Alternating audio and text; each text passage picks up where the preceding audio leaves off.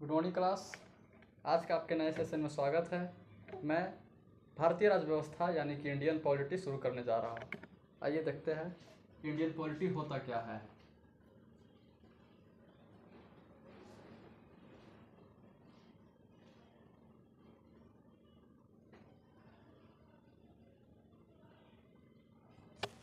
भारतीय राज्य व्यवस्था यानी कि इंडियन पॉलिटी। जब हम भारतीय राज्य व्यवस्था की बात करते हैं तो पहला माइंड में आता है कि भारत सरकार, यानी कि सरकार के 3 अंग होते हैं। एक होता है विधायिका, दूसरा कार्यपालिका और तीसरा न्यायपालिका। सरकार अपने तीनों अंगों के माध्यम से देश को चलाने का कार्य करता है। विधायिका के माध्यम से भी, कार्यपालिका के माध्यम से भी और न्यायपालिका के माध्यम से भी पूरे देश को चलाने का कार्य करते हैं। इसी को भारतीय राज्य व्यवस्था कहते हैं, यानी इंडियन पॉलिटी कहते हैं। आइए समझते हैं। पहला है विधायिका, दूसरा होता है कार्यपालिका और तीसरा है न्यायपालिका।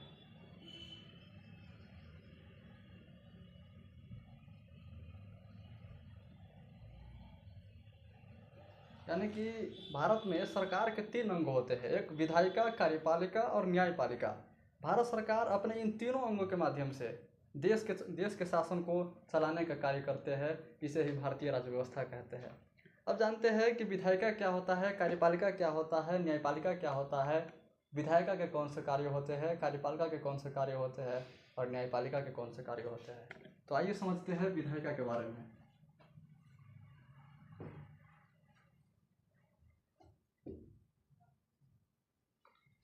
दोस्तों, जब हम विधायिका की बात करते हैं तो प्रश्न उठता है कि विधायिका का काम क्या होता है, आखिर विधायिका है क्या। तो जवाब आता है कि विधायिका का काम होता है देश के लिए कानून बनाना, यानी कि विधि का निर्माण करना। देश के लिए विधि का निर्माण करना, देश की जनता के लिए विधि बनाना। यानी कि संविधान में अगर कोई नया नियम ऐड करना हो, संशोधन करना हो, तो संशोधित करने का काम विधायिका करती है, यानी कि संसद करती है। और अगर कोई संविधान में से कोई नियम हटाना हो, रद्द करना हो, तो वो भी काम विधायिका करती है। नया कानून लाना हो देश के लिए, जनता के लिए, तो वो भी काम विधायिका का कार्य होता है। जानते हैं विधायिका का काम होता है, पहला काम होता है विधि का निर्माण करना, यानी कि कानून बनाना। विधि का निर्माण होता है विधायिका का काम। अब जानते हैं कि क्या विधायिका जो कानून बनाती है वो हम सभी संपूर्ण देशवासियों पर लागू होता है, और लागू होता है तो किस प्रकार से लागू होता है। तो दोस्तों, विधायिका जो होता है वो पूरे देश के लिए कानून बनाने का कार्य करता है। ये मैंने पहले भी कह चुका हूँ। और इसमें समझते हैं कि विधायिका पूरे देश के लिए कानून बनाती है, और देश के साथ साथ देश के जो बाहर रह रहे भारतीय नागरिक है, जो इंडिया से बाहर रहकर कार्य करते हैं, किसी दूसरे देश में रहकर कार्य करते हैं, काम करते हैं, कुछ भी करते हैं, जीवन यापन करते हैं, उस पर भी लागू होता है भारत का संविधान। भारत का जो नियम है उस पर भी लागू होता है, क्योंकि विधायिका पूरे देश के लिए कानून बनाने का कार्य करती है। देश में तो लागू होता ही है, देश में जो जनता है, देश के जो नागरिक है, उसमें तो लागू होता ही है। साथ ही साथ देश के बाहर रहने वाले भारतीय नागरिकों पर भी विधायिका के द्वारा बनाया गया कानून लागू होता है। अब जानते हैं कि विधायिका कितने टाइप्स के होते हैं। दोस्तों, विधायिका 2 प्रकार के होते हैं। एक होता है संघ की विधायिका, यानी कि देश की विधायिका, और दूसरा होता है प्रांत की विधायिका। आप लोग जानते होंगे कि भारत सरकार में, भारतीय संविधान में सरकार के शक्ति का पृथक्करण का सिद्धांत पाया जाता है। यानी कि भारत सरकार के लिए अलग और राज्य सरकार के लिए अलग कानून का प्रावधान किया गया है। उसी प्रकार से भारत के लिए भारत की विधायिका यानी संसद और राज्य के लिए राज्य की विधायिका यानी राज्य विधानमंडल कार्य करती है। तो जानते हैं विधायिका के बारे में।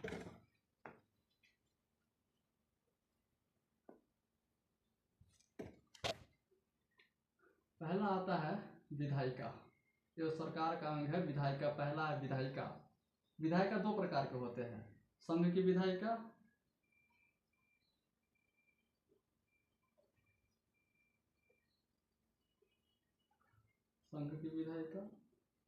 और दूसरा होता है राज्य की विधायिका या प्रांत की विधायिका। प्रांत यानी कि राज्य की विधायिका।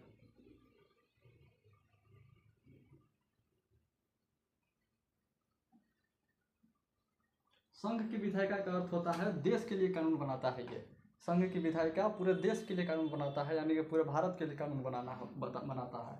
और प्रांत की विधायिका का अर्थ होता है केवल राज्य के लिए कानून बनाने का कार्य करता हो। जैसे कि बिहार राज्य है, बिहार एक राज्य हुआ, भारत एक देश हुआ, भारत के लिए कानून बनाने का कार्य करेगा तो संघ की विधायिका भारत के लिए कानून बनाएगी, यानी कि एमपी देश के लिए कानून बनाने का कार्य करेगी। वही अगर बिहार राज्य की विधायिका बिहार राज्य के लिए कोई नियम बनाना है, कानून बनाना है, तो बिहार की विधायिका यानी कि राज्य की विधायिका कानून बनाएगी। प्रांत की विधायिका अब समझते हैं। विधायिका हो गया। अगला नेक्स्ट पार्ट आता है कि सरकार के दूसरा अंग होता है, वो होता है कार्यपालिका। दूसरा है कार्यपालिका।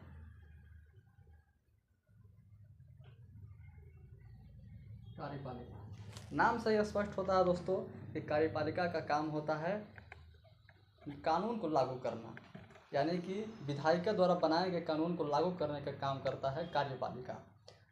जब हम बात करते हैं कि कानून को लागू करना, तो यहाँ तो प्रश्न उठता है कि यह कार्यपालिका है वो संघ के द्वारा बनाए गए विधि को लागू करेगा या फिर राज्य द्वारा बनाए गए कानून को लागू करेगा। तो देखते हैं दोस्तों, कार्यपालिका का पहला तो काम होता है कि कानून बनाना, कानून को लागू करना।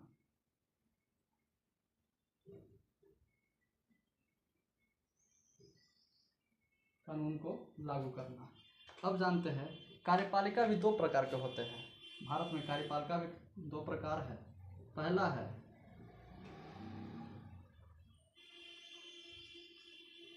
कार्यपालिका के दो प्रकार।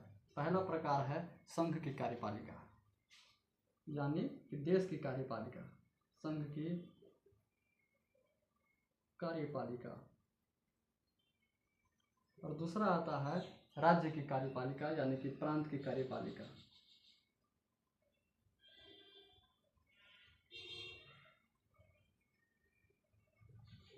अब जानते हैं कि संघ की कार्यपालिका क्या होता है। तो दोस्तों, संघ की कार्यपालिका संघ के द्वारा बनाए गए नियम कानून को लागू करने का कार्य करती है, यानी एमपी जो भी देश के लिए कानून बनाएगी उसको लागू करने का कार्य कौन करेगा, तो संघ की कार्यपालिका उसको लागू करवाएगी। और वही अगर राज्य की कार्यपालिका की बात करें तो राज्य के जो विधायक होता है, एमएलए होता है, वो जो कानून बनाएगी राज्य के लिए, किसी विशिष्ट प्रांत के लिए कानून बनाएगी तो उसको लागू करने का कार्य करेगा राज्य की कार्यपालिका। अब जानते हैं कि ये हम तो समझ गए कि संघ की कार्यपालिका देश के कानून को लागू करेगी और राज्य की कार्यपालिका राज्य द्वारा बनाए गए कानून को लागू करेगी। अब जानते हैं कि कार्यपालिका के अंतर्गत आता कौन है, कौन कौन ऐसे व्यक्ति है जो कार्यपालिका को संचालित करते हैं। तो पहला आता है इसमें संघ के कार्यपालिका के अंग में इसके अंग जानते हैं। पहला अंग होता है संघ की कार्यपालिका का पहला अंग होता है राष्ट्रपति।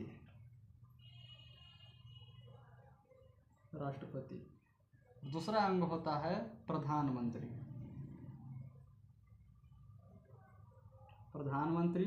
एवं इसके मंत्रिपरिषद।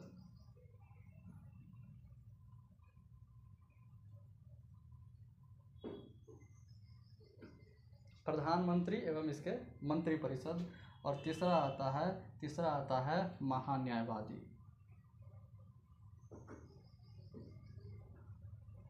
यानी कि संघ की कार्यपालिका के तीन अंग होते हैं। पहला राष्ट्रपति, दूसरा प्रधानमंत्री एवं उसके मंत्रिपरिषद, प्रधानमंत्री और साथ में उसके जो मंत्रिपरिषद है वो, और तीसरा आता है महान्यायवादी।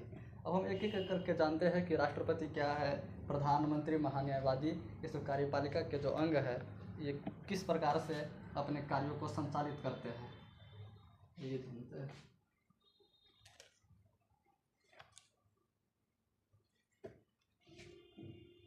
पहला है राष्ट्रपति।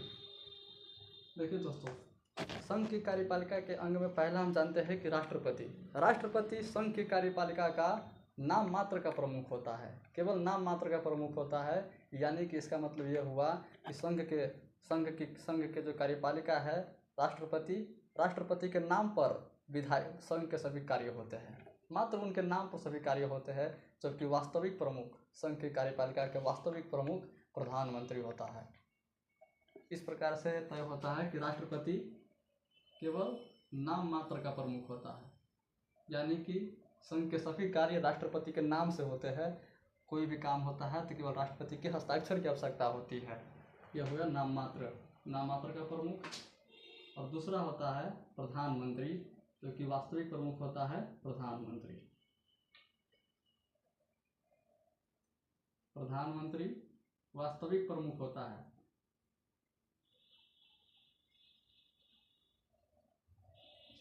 संघ की कार्यपालिका का वास्तविक प्रमुख अगर पूछा जाए कौन होता है, तो प्रधानमंत्री संघ की कार्यपालिका का वास्तविक प्रमुख होता है।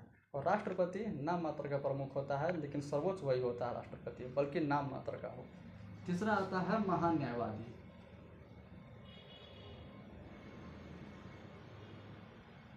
दोस्तों, महान्यायवादी कुछ नहीं है, बस महान्यायवादी सरकार का कानूनी सलाहकार होता है।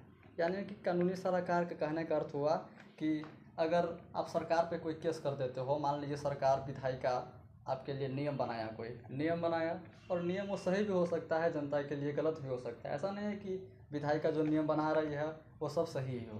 अगर गलत है तो उस पर याचिका दायर की जाती है, न्यायालय में जाता है, फिर सुनवाई होती है।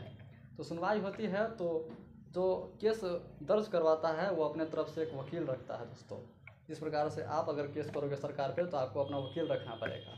उसी प्रकार से अगर सरकार पे केस हुआ तो सरकार की तरफ से भी कोई वकील लड़ेगा, केस लड़ेगा, तो वही वकील होता है महान्यायवादी। यहाँ की सरकार का कानूनी सलाहकार हुआ महान्यायवादी, और सरकार पर अगर कोई केस आता है तो उसको उसके तरफ से लड़ने का कार्य करता है महान्यायवादी। तो ये भी कार्यपालिका के अंग होते हैं। तीसरा है, यह हुआ संघ की कार्यपालिका। अब दूसरा बात करते हैं तो दूसरा में आता है कि राज्य की कार्यपालिका।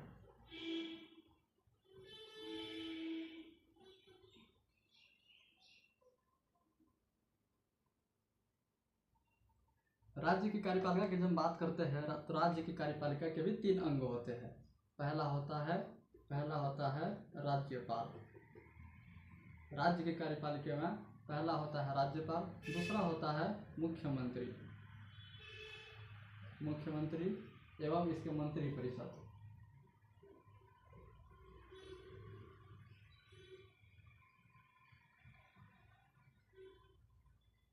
और तीसरा आता है महाधिवक्ता। याद रखना दोस्तों, उस टाइम मैंने महान्यायवादी बोला था, अब ये महाधिवक्ता है। दोनों में अंतर होता है। राज्य की कार्यपालिका की बात करते हैं तो राज्य की कार्यपालिका राज्य द्वारा बनाए गए, विधानमंडल द्वारा बनाए गए कानून को लागू करने का कार्य करती है। यानी कि संघ की विधायिका कौन होता है? संघ की विधायिका होता है संसद। संघ की विधायिका संसद हो गया, यानी कि संसद जो विधि बनाने का कार्य करेगा वो संसद करेगा। संघ की विधायिका हो गया। और राज्य की विधायिका कौन हो गया? राज्य का विधायिका वो हो गया राज्य विधानमंडल। राज्य विधानमंडल राज्य की विधायिका हो गया। उसी प्रकार से दोस्तों, जिस प्रकार से हमने कहा था कि संघ की विधायिका में राष्ट्रपति नाम मात्र का प्रमुख होता है, उसी प्रकार से राज्य की कार्यपालिका में राज्यपाल नाम मात्र का प्रमुख होता है। राज्य की कार्यपालिका में राज्यपाल नाम मात्र का प्रमुख होता है, क्योंकि राज्य के सभी कार्य राज्यपाल के नाम पर होते हैं, मात्र नाम पर होते हैं, उनके हस्ताक्षर की आवश्यकता पड़ती है, बाकी उसका कहीं भी कोई रोल नहीं है। इसलिए राज्यपाल को मात्र नाम मात्र का प्रमुख कहा जाता है। ये मात्र है नाम मात्र का प्रमुख। तो नाम मात्र का प्रमुख राज्यपाल है, तो फिर वास्तविक प्रमुख कौन है? तो वास्तविक प्रमुख की बात करें तो मुख्यमंत्री एवं इसका मंत्री परिषद राज्य की कार्यपालिका का वास्तविक प्रमुख होता है। मुख्यमंत्री वास्तविक प्रमुख होता है, क्योंकि मुख्यमंत्री सभी कार्य करते हैं और राज्यपाल को केवल नाम की आवश्यकता पड़ती है। तीसरा है महाधिवक्ता। जिस प्रकार से महान्यायवादी संघ के लिए कार्य करती है, देश के लिए कार्य करती है, उसी प्रकार से महाधिवक्ता हर राज्य के लिए कार्य करती है। ऐसे में बिहार का महाधिवक्ता अलग है, संघ की महान्यायवादी अलग होता है। उसी प्रकार से राज्य की विधायिका अगर राज्य सरकार पर कोई केस चल रहा है तो राज्य की तरफ से लड़ने का कार्य करता है, तो राज्य का महाधिवक्ता करता है।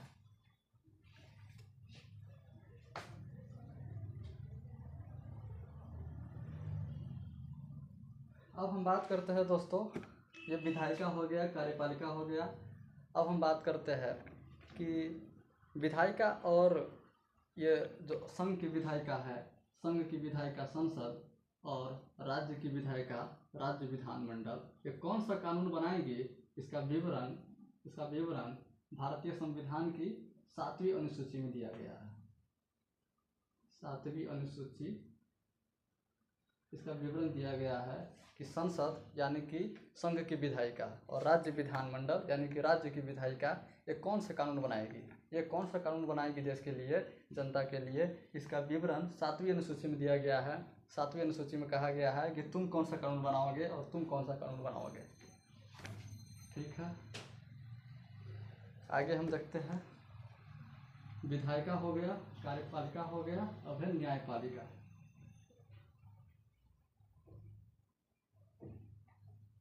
तो भारत में एकीकृत, स्वतंत्र और निष्पक्ष न्यायपालिका की व्यवस्था है। यानी कि भारत के संविधान में स्वतंत्र, एकीकृत,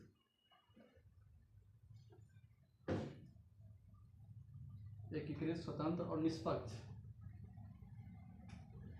यानी कि न्यायपालिका स्वतंत्र है। भारत के संविधान में न्यायपालिका स्वतंत्र होता है, एकीकृत भी है, एकीकृत है, पूरा न्यायपालिका एक है और निष्पक्ष है।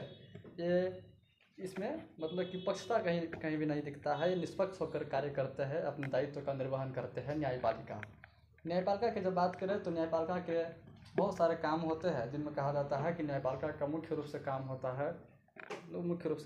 है कि कानून की देखरेख करना। जो भी कानून विधायिका बना रही है, कार्यपालिका लागू करवा रही है, कहाँ गलत हो रहा है, कहाँ सही हो रहा है। अगर कोई विधि सम्मत नहीं है, अगर विधायिका मान लो कोई कानून बना दिया, जनता के कानून बना दिया और जनता उस पर याचिका दायर कर दी, तो न्यायपालिका उसकी जांच करती है, उस विधि की जांच करती है। विधायिका द्वारा, सरकार द्वारा बनाए गए कानून की जांच करती है और इस पर पता लगाता है कि क्या ये जो विधि बनाया गया है, नियम बनाया गया है, ये संविधान के तहत है या नहीं, ये संविधान का विरुद्ध तो नहीं बना दिया नियम, संविधान का उल्लंघन तो नहीं हो रहा। अगर ऐसा होता है, न्यायपालिका देखता है ऐसा कि संसद द्वारा बनाया गया कानून विधि सम्मत नहीं है, विधि के अनुसार नहीं है, तो न्यायपालिका उस कानून को रद्द कर देती है। दूसरा काम होता है कि न्यायपालिका कानून का व्याख्या करती है। संविधान में जो लिखा हुआ है उसकी व्याख्या करने का कार्य न्यायपालिका करती है। न्यायपालिका का काम होता है कानून को स्पष्ट करना, यानी कि व्याख्या करना। और भारत के संविधान में जो कानून अस्पष्ट है, यानी कि स्पष्ट नहीं है, उनकी स्पष्ट व्याख्या करने का कार्य भारतीय न्यायपालिका करती है। देव